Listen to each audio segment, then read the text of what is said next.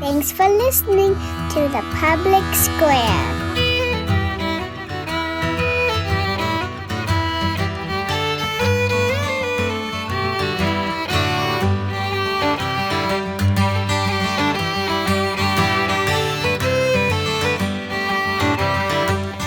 Welcome to another special edition of The Public Square and our continuing conversation between Dave Zanotti, Dorie McCullough Lawson, and Michael Hill in a special tribute to the late David McCullough. Michael Hill, he was the chief researcher for David McCullough on his projects through the years, and it always amazes me how he got his start. Michael Hill sent a letter offering his services to David McCullough in 1982. And all he put was David McCullough, Martha's Vineyard, Massachusetts. That was it. That's how he sent it, and he thought it would get to him, and it did. And David McCullough sent a letter back, and Michael Hill said that's when, life changed. That's amazing. And then they ended up working together for over 30 years. So, hey, shoot your shot out there. Yeah. Shoot your shot. It changed Michael Hill's life. So let's get back to the conversation that Dave had with Dorie and Michael about David McCullough. And this is amazing. Christmas is such a big part of what we do here at the American Policy Roundtable and the Public Square. So this is amazing. You've got to hear about this McCullough family Christmas tradition. I started this when we were visiting in Dayton. I brought my copies of several of your dad's books in the room with me, because I had questions to ask him from the books. And he asked me if he could take my copy of John Adams, which of course was dog-eared, page-bent, written in tattered and torn. And he said, wow, this looks a lot like Tom Hanks's version. and we all got a giant laugh out of that. And I want you to know that I have a system, and the system when I'm working on a book is it has certain marks on the pages and then writings as well. But there is one thing that would happen in a book, and I'll see if you can see this. When a page is completely folded in half, in other words, if you only read one thing, read this. And here's the page in this book on History Matters. It's titled A Book on Every Bed. Oh. Can you tell us that story? And it's only, by the way, it's only 2 pages. The chapter is 2 pages long. Can you tell us that story? Sure.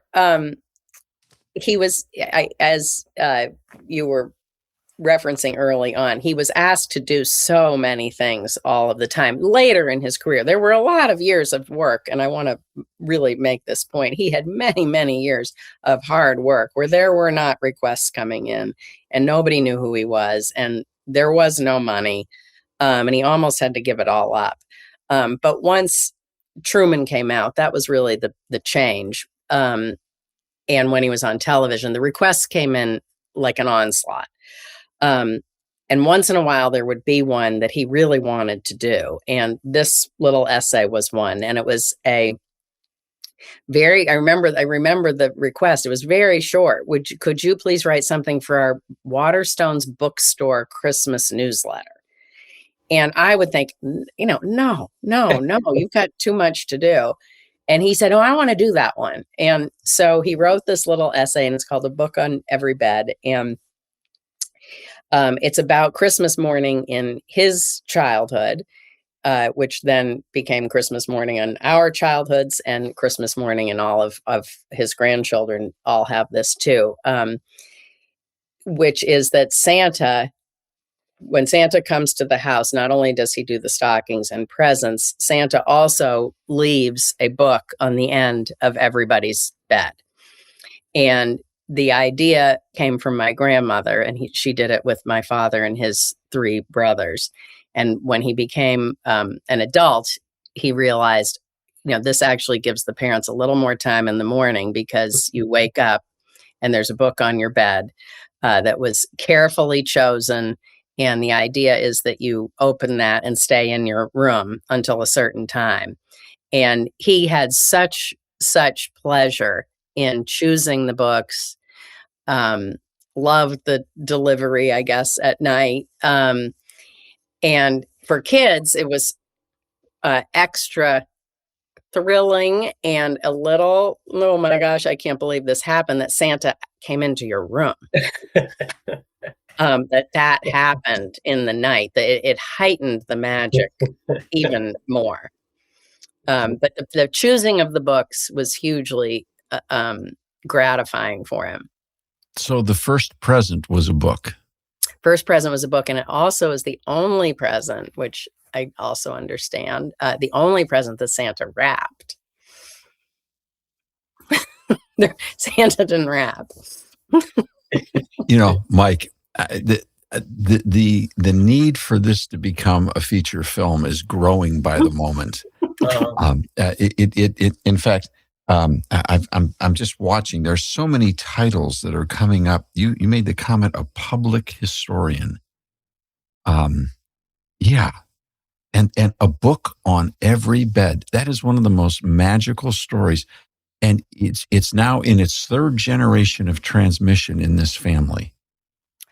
This is a tender I think wonder. it's in its fourth. I think it's in its fourth generation. Yeah. The fourth generation, a book on every bed, and Christmas morning, it starts with a book. This is brilliant. This is brilliant. Now, we study literacy in history and in policy and across the United States. And we know that literacy has always been a challenge for our country. It's for every country. And there are times that we have been riding very high on high levels of literacy and times that we have been riding very low. And there's times like the one that we're in right now where everything seems to be so mucked up in statistics and interest groups and publishing, and that it's hard to even know what the status is on how are we doing on literacy. How well are we reading? Well, we can argue about statistics till we're blue in the face, but if we could fall in love with reading again, that would be a big part of the answer. Yeah. And I can't think of a more beautiful story about falling in love with reading again than a book on every bed. And I thought to myself, of all the things I was looking forward to in this work,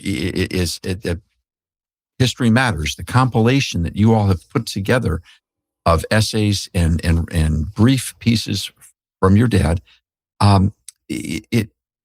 that one pager got me. That one pager, that's the Academy Award right there. Oh. We had to fight a little bit to get that one in there, so I'm glad. Dorie always wins. Dorie always wins. What else would you all like to add? David didn't just write and then go out and talk about the books. There were so many things that he did. He would help in so many different ways in causes that he believed in. He was involved in the creation of the History Center in Pittsburgh. He was involved with Dick Moe and the National Historic Trust for Historic Preservation. He fought the Disney fight to preserve the battlefield outside of Washington, D.C. There were so many things that he believed in. But above all, which this book reflects, was his commitment to history being taught better and the importance of history. But that was reflected in all of these other elements of his life. But he wasn't just a writer and an author who talked about his books. He was very much engaged. He was involved in the Panama Canal debate in 1977 because of his Path Between the Seas book. So that was part of his life that I thought was wonderful and admirable. In the subjects that he chose, he was very, very careful in the subjects he chose. He went down paths sometimes for as long as a year or two on a subject that he thought was something he wanted to do, then to realize that it wasn't. But in the subjects that he chose, and these were the people who he chose to spend time with. That's how he thought of it. This is who I'm spending my life with my family and friends, but I'm also spending my life with these people who I'm writing about. He chose people who cared about the old-fashioned primary old verities of courage and respect for one another, self-reliance, courtesy, devotion to truth, and a loathing of hypocrisy, and the power of simple goodness. That those were the kinds of people who he wanted to be around, and he wanted us all to know about, the people who cared about those things, as he did. And it was very much, that's how he was. Dave, I think I'd like to touch on what I thought were his incredible range of interests. He wasn't just interested in history or the history that he was writing at a particular time. He was interested in art. Dorie talked about his interest in architecture, fascinated by it. Music, he loved music. He loved to sing. He loved to sing with his family. I remember being in so many occasions and everybody would just start to sing and they all knew the lyrics by heart. And it was just such. And we're terrible singers. Let's put that in there too. We're terrible singers, but we don't care. We yell. But he was, and above all, he was interested in people. And one of the joys that Dorie and I have had in doing interviews for the book, particularly when there were call-ins, is that about 90% of the calls would be somebody calling in and said, I met David McCullough one time in the, LaGuardia Airport, or I met him one time in New York City or something like that. And the joy in which they told the story of meeting him, and how they would inevitably say that David was interested in them. He would ask them questions about who they were. And I remember being with him on several occasions where we'd be having a dinner and a young person, college student, would come up and say, excuse me for interrupting, but Mr. McCullough, I'm a history student at so-and-so college or whatever, and I just want to thank you for what you do. And every once in a while he'd say, well, why don't you sit down for a bit? And he would ask them about themselves and what they were studying, who their favorite professors were, and so forth. So it was wonderful. I mean, he was interested in so many things, but above all, he was interested in people. We closed one of our programs on the Public Square with David. And by the way, I love the fact that you all coded him as, D?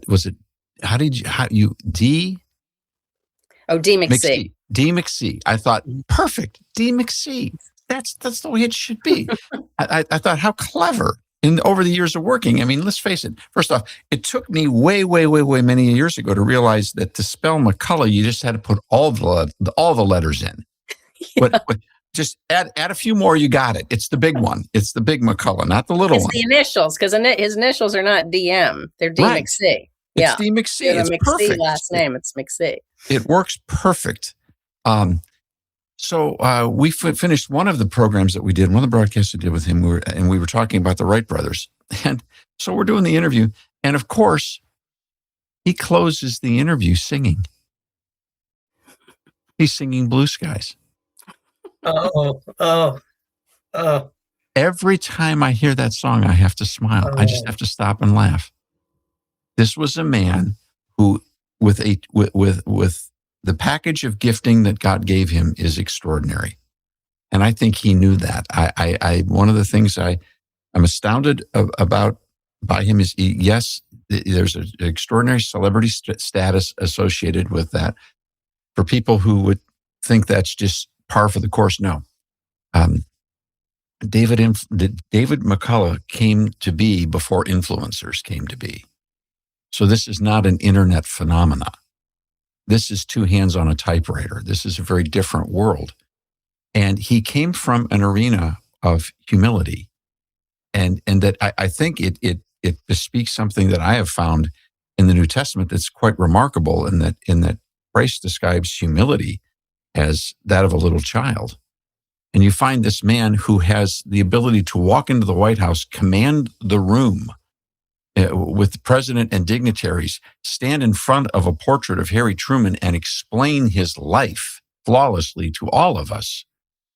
without a single stutter or vocal fill, and sit down. And yet his favorite books are children's stories. And he carries out the tradition of a book on every bed. And probably if he was going to end almost any interview, he'd prefer to end it in a song. Okay. I mean, this guy's kind of hard to believe. He's almost like a Davy Crockett kind of character. I mean, the more you study him, this guy was real. And that's why I wanted to talk with you, because you lived with him. Yeah. You know him. So was he really that much fun? He was. He would get mad. I mean, he could have a temper, and things had to be done in a particular way. He was a perfectionist, and he had, high standards. But I mean, he wasn't like a pretend person. But you said he had no sides. You said he had no sides. No, he wasn't. Yeah. There was nothing fake about him, or there was nothing. He was completely himself all the time, and overall, he was. My brother, when he spoke at his funeral, said he was so nice, and he was just nice to everybody. But he really he had standards, and he was a genius, and I truly believe that you would bring up, not just in like the breadth and depth of knowledge. He had subjects that you had no idea he knew anything about, and he knew all about it. But he also had a capacity for synthesizing things and seeing connections that I don't think anybody else did, combined with an incredible workhorse capacity to work. I mean, he worked. It was work every day. He expected people who worked with him every day. And I mean, you didn't have to be there all day, every day, every Sunday. But if you get a call at Sunday, Mike knows anytime, you're on. And he wasn't thinking that way. He just was working all the time, and he expected other people to too. But he really was able to see things. And I think earlier when we were talking about creativity and imagination in writing history, he had that in spades. He was captivated by narrative drive of a story, but I don't ever want anybody to confuse that with making things up. There was no making anything up. It's just the way that he saw the reality of the material in front of him was like a painter. It's Monet's gate in the snowstorm with the bird on it. We all can see that if we saw the gate with the snow on it, but we couldn't paint it that way. He was painting that way with words, and he was able to see things in this imaginative, creative way. But no making anything up. He had a rule that if anybody wrote or said something that seemed outlandish to the character or very surprising to him, this is particularly in interviews with people who had been alive, if someone told him something very surprising about Truman, or that he'd never heard before or didn't expect, he had a rule that he had to confirm it with 2 other sources. And he was regimented in what he is telling you is the truth, but with imagination and creativity in the way that he saw it, and then could convey it. Dave, one quick story about David thinking all the time. After he passed away, I went through a file of letters that he had sent me over the years that we were working together, which are all now at the History Center. We included those all in. But I remember finding this letter when he was working on the Greater Journey book, which was the book about Americans going to Paris in the 19th century from all walks of life, artists, writers, and politicians and such. And that book was very, very different from any book that he had done. Because as he said at one time, there was no A to Z narrative. There was no John Adams was born and then he died on this day. That, as he said, that each chapter he had to kind of audition what character, actor, or actress was going to be on stage for the next chapter or section of the book and so forth. So I remember this one day getting a letter from him saying, I woke up last night thinking about who we should focus on in the next chapter. And I've been reading a lot about Mary Cassatt, the painter from Philadelphia. And then in this 2.5-page handwritten letter, he wrote out his thought process as to why he thought she would be such an interesting character to bring into the book for the next section. And it was just such beautifully, thoughtfully written and such. And of course, she was. But that was an example. There were many letters I would get from him, or he would just call one day and just say, here's what I'm thinking about where we're going and what I want you to take a look at. So he was constantly thinking. And also, I remember many times being with him, and he'd be talking to an archivist, particularly a Truman archivist who had been there for 30, 40 years, whatever. And David would ask a question, and the archivist would pause and say, I've never been asked that question before. That, again, goes to David's genius. He was always looking a different way. Well, we are deeply indebted to both of you for the courage to keep working. I mean, obviously, you would say, well, this is all over. David and Rosalie are gone. They're not that very far away. Yeah. And you've brought them back to us in this work as a fan, without a doubt, as a fan. I make no apologies. I hope you keep going.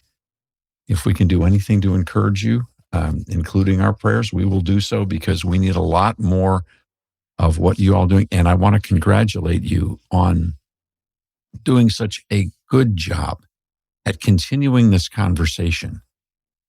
There is an art and a skill in what you've done that is very well executed here as authors yourself and as curators and as loving members of a family. And we're very, very, very grateful for what you're doing and that you would take the time to talk with us. Thank you. Thank you, Dave. Thank you very much. Nice. Thank you so much. What an amazing conversation. And I'm already looking forward to future conversations with Dorie and Michael, because I know they're going to take place and they're going to happen. Yeah, let's just say once the mics were off, there were some ideas thrown around. That's all I'll say. There were some ideas thrown around. But in the meantime, if you'd like to hear this conversation again, you could find it at thepublicsquare.com. You can find it where you find your podcasts. And you want to pick up the book, David McCullough, History Matters. It was edited by Dorie McCullough Lawson and Michael Hill. And I know, Alan, I catch you oftentimes opening just to the front and the back to look at the artwork that's in there. And they reference that in the interview. Yeah, it's beautiful. And there's an hour-long portion of this conversation. If this is all you've heard so far, there's an hour-long conversation that you can find at thepublicsquare.com as well. It's a wonderful book for history buffs, for writers, for artists, for anybody that just loves good writing. So thanks again for listening to The Public Square, and we'll see you next time.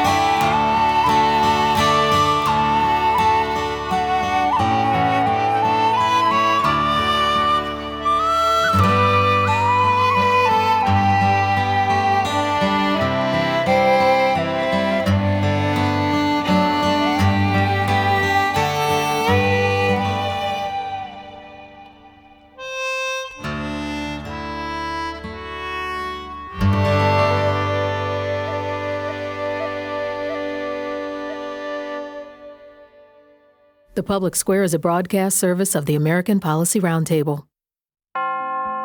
If you count the words of the Declaration of Independence, every word on the page, the total count is 1,458 words. The word revolution never appears in the Declaration. For a free copy of the Declaration, please visit thepublicsquare.com.